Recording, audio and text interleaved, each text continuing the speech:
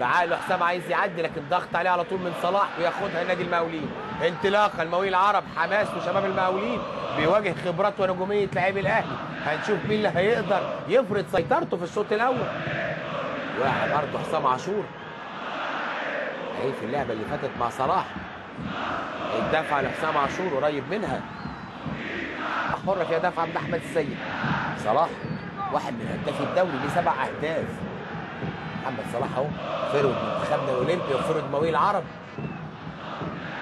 واحده طويله حسام غالي، سلام يا ابني. عبد العزيز حسن يشيل، علاء كمال لمسه نقله ولعبه حلوه، كام نقله للمقاولين، النني لعلاء واحمد فتحي وضربه حره لمصلحه علاء كمال والمقاولين العرب. ادي اهو كره تاني علاء كمال والضربه الحره اللي فاتت كابتن فريق المقاولين. خطر قوي النادي الاهلي اهي. ادي الاعاده تاني، لا فعلا يعني فيها كلام. الاعاده تاني تبين لا من بره صح يعني من على الخط تمام. قائد مدحت عبد العزيز مظبوط.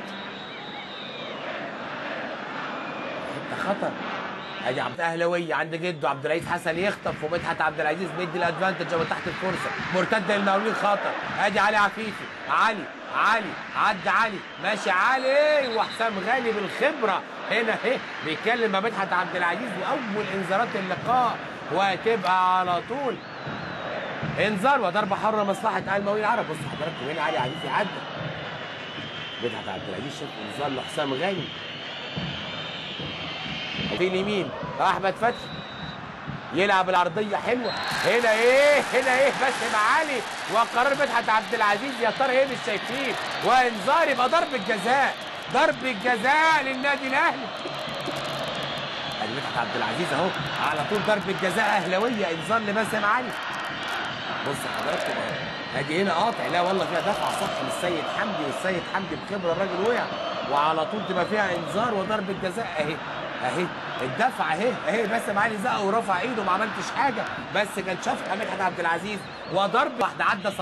عدى صلاح لكن احمد السيد لسه ماشي صلاح ومدحت عبد العزيز وانذار سمبليشن بقى خداع لمحمد صلاح اهو. بص حضراتكم لسه لعيب صغير بيشوح كده بيعترض. لازم يبقى في قرارات يا جماعه لاتحاد الكوره في الاعتراضات دي لازم. ادي الكوره اهي واحمد السيد مكمل ومحمد صلاح اهي. احمد السيد بيلعب على الكوره الراجل، لكن والله صلاح والوقع مدحت عبد العزيز قريب شايف هو اللعبه اكتر مننا.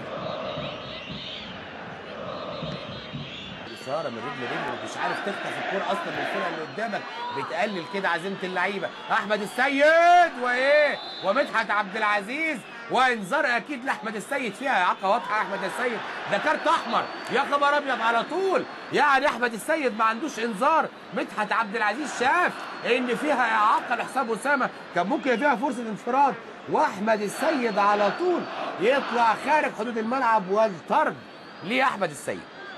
الطرد رقم 52 في عمر البطوله كده. ادي بصوا حضراتكم هنا انطلاقه سريعه للشريك اللي هي حسام اسامه واحمد السيد، دفعه واحده مدحت عبد العزيز واقف الراجل ورا اللعبه على طول. الاهلي ب 10 لعيبه في اخر ثواني. ادي اهو الانذار اللي خده محمد فاروق، لعيبه صغيره بس طبعا حضراتكم عارفين بقى سياسه ترحيب النفقات السنه دي اغلبيه الفرق المؤسسات عشان كده